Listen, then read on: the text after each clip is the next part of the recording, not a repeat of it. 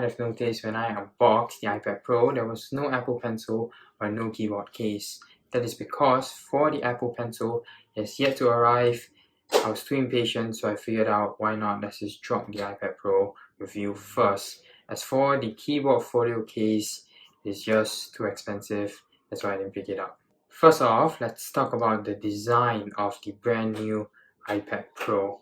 So Apple has changed the design completely from the usual iPad design with home button into an iPad with incredibly small bezels. It has a new boxy design just like the iPhone 5 days, so that you'll be able to stand the iPad up on its own on the table, which is crazy. So the iPad Pro comes in two sizes, the 11-inch as well as the 12.9-inch. So I obviously picked up the 11-inch because it is more portable, cheaper, and as well as lighter, so I'll be able to carry it around wherever I go. Anyways, despite it being super thin, it still packs a powerful A12X Bionic chip inside the iPad Pro, and it makes it challenge portable PCs as well as MacBook Pros. So right now, I'm going to drop a Geekbench score of the iPad Pro, and now the Geekbench scores of the MacBook Pro 13-inch mid-2018.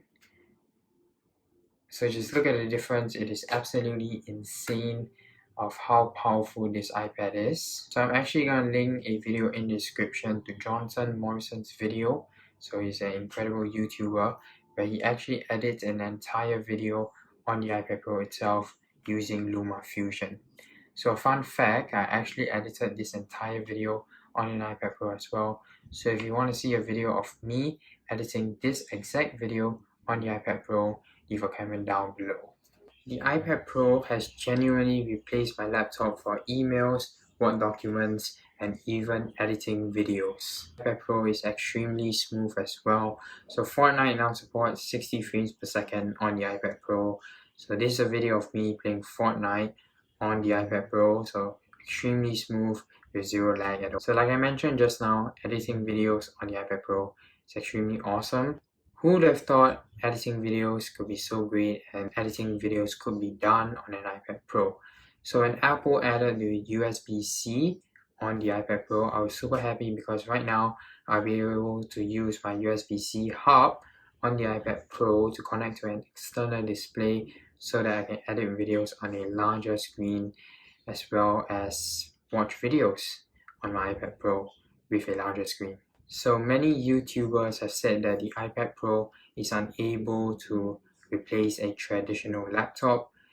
Well, I partially agree with this statement because the iPad Pro is unable to run full desktop apps on the iPad. So for example, Google Drive, Google Docs, I have to download a separate app to access these two things.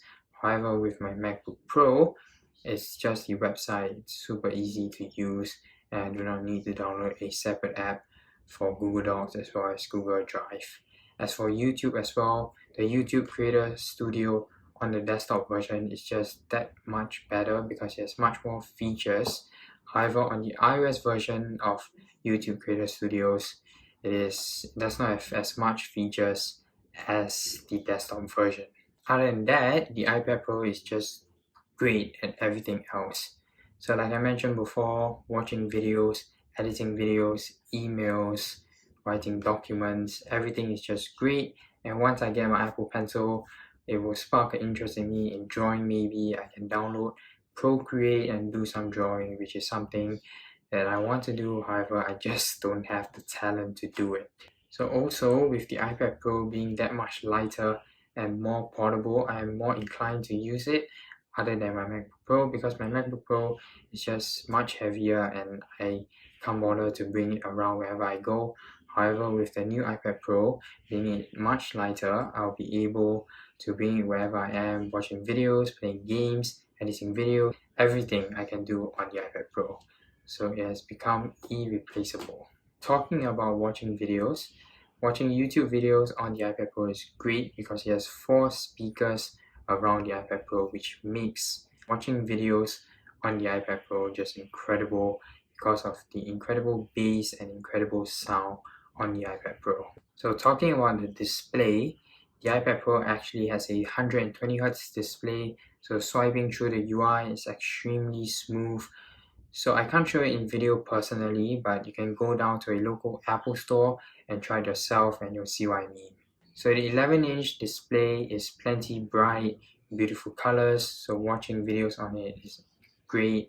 So you can see a video of me now outdoors watching videos. You can see the display is still super bright, so you do not need to worry about it at all. So I mentioned drawing just now, so paired with the Apple Pencil, you'll be able to draw great stuff because of that 120Hz display. So zero lag at all, very little latency. You'll be able to draw great stuff on the iPad Pro just like using a pencil and a paper.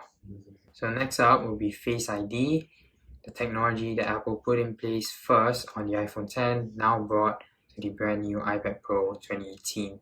So this Face ID sensor, however, is different from the one found on the iPhone. So the one found on the iPhone can only work in one orientation, which is portrait. However, with the iPad Pro, you can turn it anywhere you want and it will still work. You can turn it upside down, turn it right side up, it will still work, no problem. So lastly, battery life. Nothing much to say about the battery life. It's great, lasted me an entire day. Finally, for the million-dollar question, would I recommend this iPad Pro to anyone, especially students? So from the title of the video, you can already know the answer. Absolutely, this iPad Pro is great.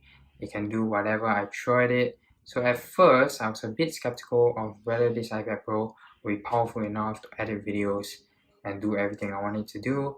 However, after using it, I'm safe to say that it can do everything that I wanted to do.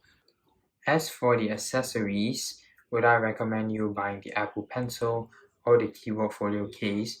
For the Apple Pencil, if you really like to draw, I would say definitely pick it up because it is a great pencil. I've tried it at the Apple store, it is great. That's why I ordered it, it's just yet to arrive. As for the Keyboard Folio case, I suggest to not get it. Either get a third-party keyboard case that can be found on Amazon.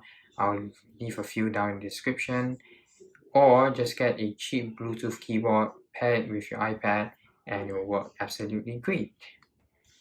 That is all for today's video. Hope you guys enjoyed. If you did, leave a like on the video, subscribe to the channel. That is all for today. See you guys in my next video. Bye.